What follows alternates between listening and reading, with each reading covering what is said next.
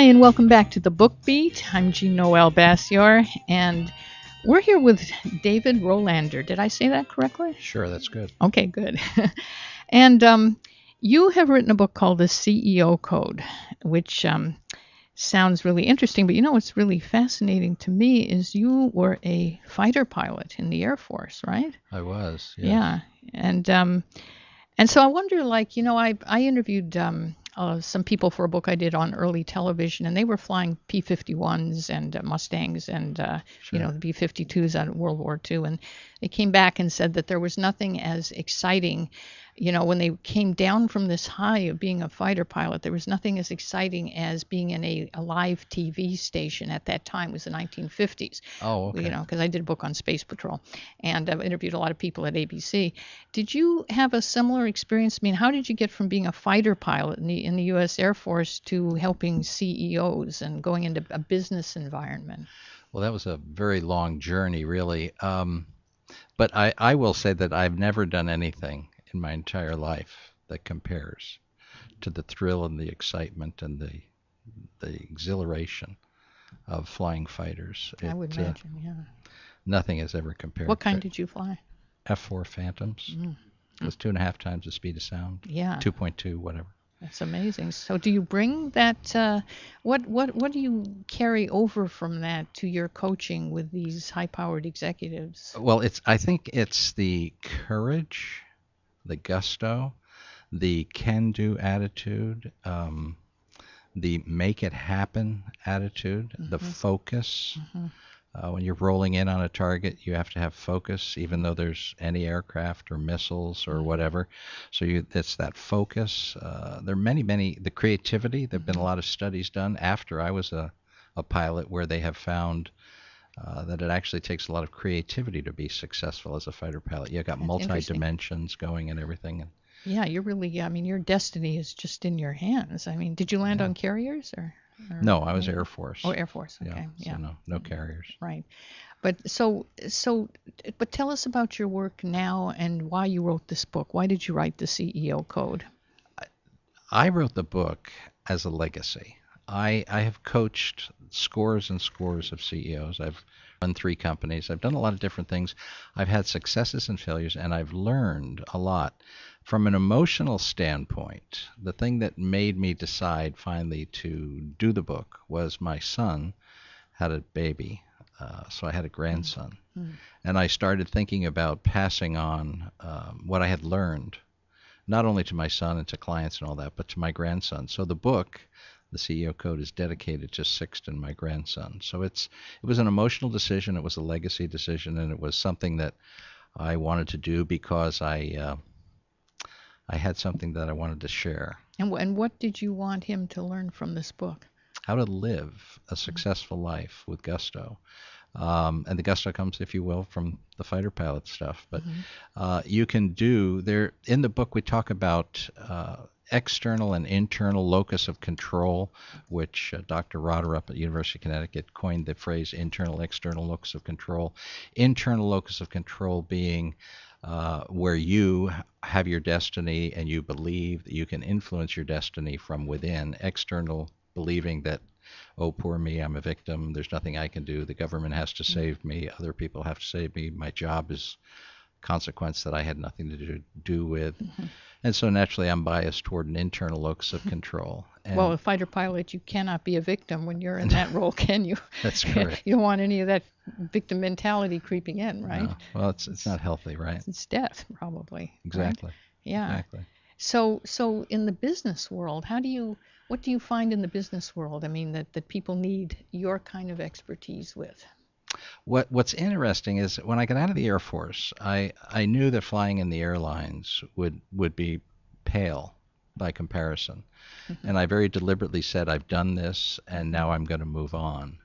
And then I had to decide what to do. So I ended up going back to school and got an MBA in finance. And then, interestingly, I thought money was important. So it was Dave the Names, money the game, and I chased the buck. Got an MBA in finance and went with Merrill Lynch. At Merrill Lynch, I learned a lot about money. I was very successful, fortunately, made a lot of money, got into real estate developing after that, and retired at 40. Really? Yeah. And so I was able to accomplish that. And then I realized that that wasn't enough.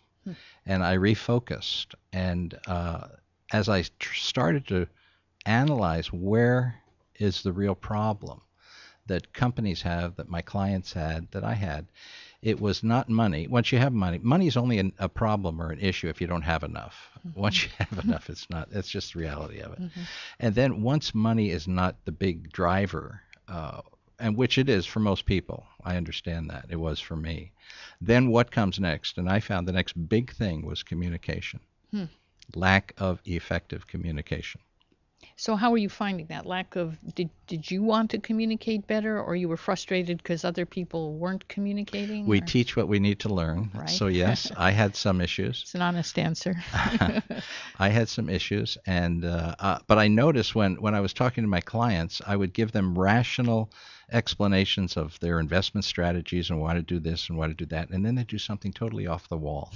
And I for a while, I was just confused. But then gradually I realized that it was a communication issue. At least that's the way I coined the phrase. It's very complex. You mean you weren't getting across to them, or they weren't listening? I wasn't, both. Both. And then I wasn't listening. So is this what you call authentic communication, or is this what's one of the things you teach, is how to? Yes, very much so. In fact, the most important, as you probably know, I'm sure you know, and many of your listeners know, the most important part about communication is effective listening. As a professional speaker, I also know that one of the most effective ways to communicate is with silence. When you ask a question, look the other person right in the eye and are silent. It's absolutely amazing what happens. So listening, silence, those subtle things are sometimes overlooked. And it's very, very important for effective communication. That's very true. And authentic communication. So I remember, I think it was Phil Donahue, the talk show host, saying that he used to watch hosts and they would ask a question and then you could kind of see them thinking about their next question. And meanwhile, the guest is giving an answer and you're missing all of the jumping off points that you could pursue, right? Right. So you work with people at all levels. Some are starting up businesses, right? Some are Fortune 500 executives. So what are you finding with these people? Is it what are other things besides communication that they are kind of stumbling blocks for them? That's a great question, I think. I also mentor some MBA students down at University of California, Irvine, and I do that as well. And I really enjoy that. And I think one of the big stumbling blocks that people have is that they don't take the time to reflect and really understand not only what their strengths are, but what their life is all about. In my coaching, we do a process that we call Future by Design, and really thinking about what is it you want your life to become. Many people have goals of what they want to have, and so they want this, they want that, things, money, toys, etc. But people don't necessarily give enough time to thinking about what they want to become. Sort of seeing you in the context of your life, right? Yes. And so what is it you want your life, you've heard the it's almost cliche, but what would the eulogy be? If you were going to write your own eulogy right now, what would it be? In fact, I actually used that line with a client last week because he was struggling with it. And the idea of what is it you want to leave behind? Many people are thinking it's important what they gather. When I was at Merrill Lynch, I found there was this control issue, and you see very, very wealthy men, some or women, they want to control and hold on to it, but they can't. My dad told me when I was a very young man, there are no pockets in the shrouds, and the shrouds are what they used to wrap bodies in, right? When you're dead, you're dead. Yeah. You don't take anything with you. Right. So what kind of answers do you get from people? What do they tell you when you ask that question? Well, often they don't have an answer. It's very interesting. So it does. And so you have to lead them through it, and that's what coaching and mentoring is all about, is helping them discover for themselves. I don't know the answer to the question, but they do. And a good coach and a good mentor, I think, helps them discover it for themselves. Because it's the same with students, especially true with teenagers. Only when they discover it for themselves will they do anything with it. So what's your ultimate objective? Is you're trying to make them more successful, obviously, but you're trying to, it sounds like there's something deeper than that you're aiming for in your coaching. I believe that you will be, you, me, anyone will be most successful and most happy and most fulfilled when they identify what their core values are, and then they live their life based upon those values. Mm-hmm. And so I am hoping that through my work, I help people discover those core values. And obviously I have a bias, as I've already expressed that, in that money is not the end-all be-all. Now, look at our society. Most people, especially people that don't have enough, think it's all about money, but it's not. It's not. Well, the money represents the freedom, probably, to them, well, right? for some, that's a part of it, right? Mm-hmm. But go talk to the Dalai Lama or whatever, and I don't think he would agree with that. Right. Yeah, that's absolutely true. The two don't necessarily go together. And so I'd say that that's almost a misconception when people believe that, when they think when they have enough money. In fact, when I was at Merrill Lynch, I found that many of my wealthy, and I worked with very wealthy clients, and many times the most wealthy clients, their biggest problem was the fear that they were being befriended or they were being pursued by other people because they wanted their money, or they were worried about other people taking their money away, which was really kind of sad. It's very sad, because once they worked so hard and been stressed out, to get to this point, you'd think that the stress might, ease up, but they're worried about hanging on to it, right? Right. I have a very good friend, a client who's a very successful attorney down in Orange County, a lady. And she says, I have the best friends money can buy. Really? She actually says that. She says it. She's kind of a unusual lady. Amazing. Yeah.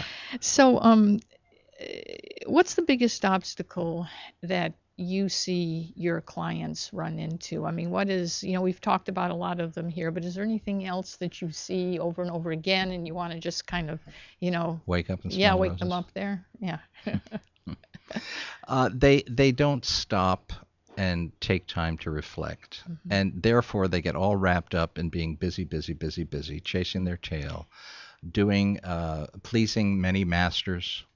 You can say it many different ways, but they're very intense, they're very excited, very dynamic, and very intense doing what? They kind of rush from one thing to another. There's this busyness. I've seen this too, right? It's just like filling the I kind of think of it as maybe blocking the pain sometimes. Oh, it is. Yeah. It's like I have put together a list of 7 really serious, severe situations that can destroy an individual, can destroy a marriage, and can destroy a company. And the first one on the list is the workaholic.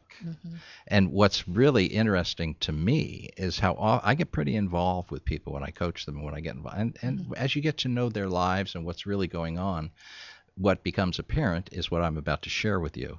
And that is that the people that work many hours, beyond 40 hours a week, usually are not doing it because they love their job or because they have so much important stuff to do at work.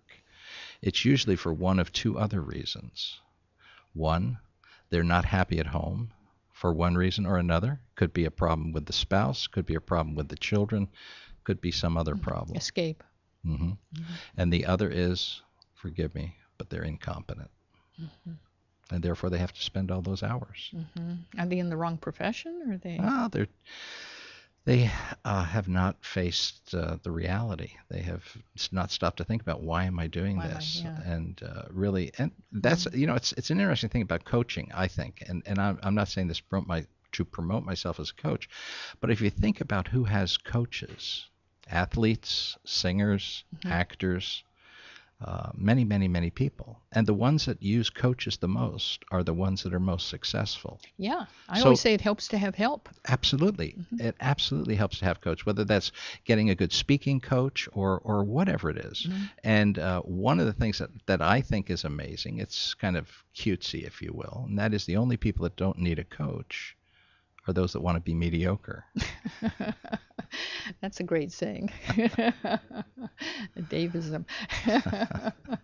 Well, you sound like a fantastic coach, actually, because it shows that you seem to go very deep. You really get to the core issues and you care. The caring really Yeah. does show. I think that people can see just from experiencing your approach, that's Well, true. thank So you. how can people get in touch with you? Oh, I'm all over the internet. David Rohlander with an H, Spell it. Rohlander.